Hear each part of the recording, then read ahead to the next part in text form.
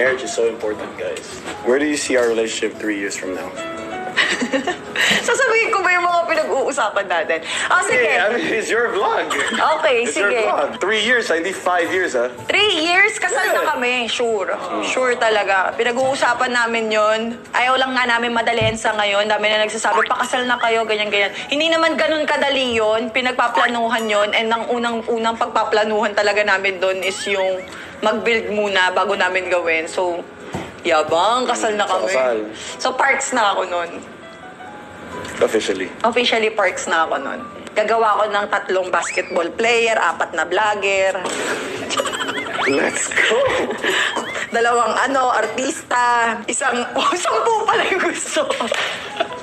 Ayun, gagawa kami ng big family. Kasi feeling ko kapag talagang nagpakasal na tayo, tapos talagang tayo na yung magkasama sa future, ang saya-saya ng pamilya natin. Yes. Kung paano mo bigyan ng light yung family natin ngayon, alam kong malameral ko ang kaya mong i-provide kapag nandun na tayo. That was a good answer. Yes. Fairness. Ayoko lang mag-assume, tapos hindi matutuloy. Ang sakit nito talagang untong ulo. Last question ko. Kung may gusto kang baguhin sa buong pagkatao ko, ano yon at bakit? Nothing, to be honest. Oh.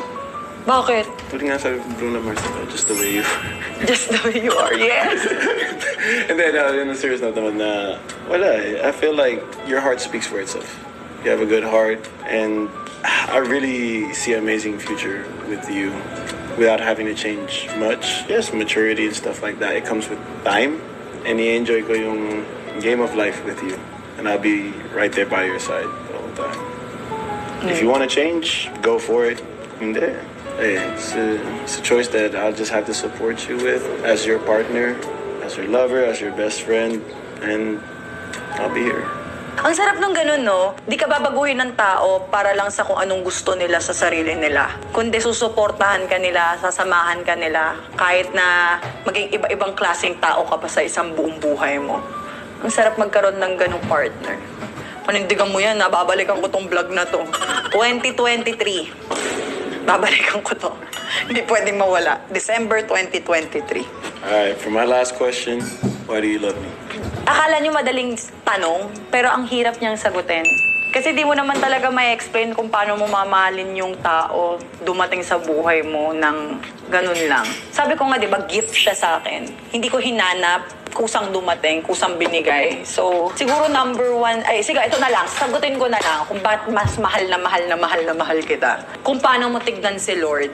Grabe, yung faith mo sa kanya, Daddy. Kung paano mo nilalagay yung faith mo kay Lord sa gitna ng relasyon natin. Kung paano mo ako tinuturuan makilala yung Diyos, yung mga bata.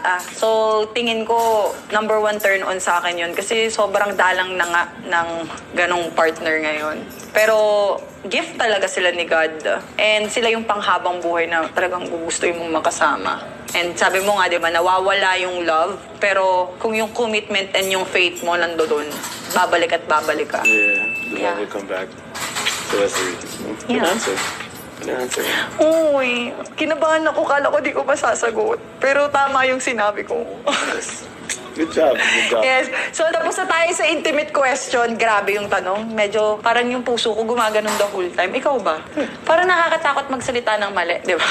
Pero pinag-iisipan talaga yun. Yeah, Pinag-iisipan pinag-iisipan. talaga. Pero dapat totoo. Minin. Minin mo ba lahat ng sinabi mo? Of course. Ako din, minin ko lahat ng sinabi ko. Pinagpe-pray ko gabi-gabi na it's all worth it soon.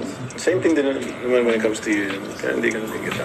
And I will always support you. I will always have your back. Yeah. I will always stand by you. I will always protect you. Love you. It's not good. You know that. Topic mo natin tungkol sa stroke, okay?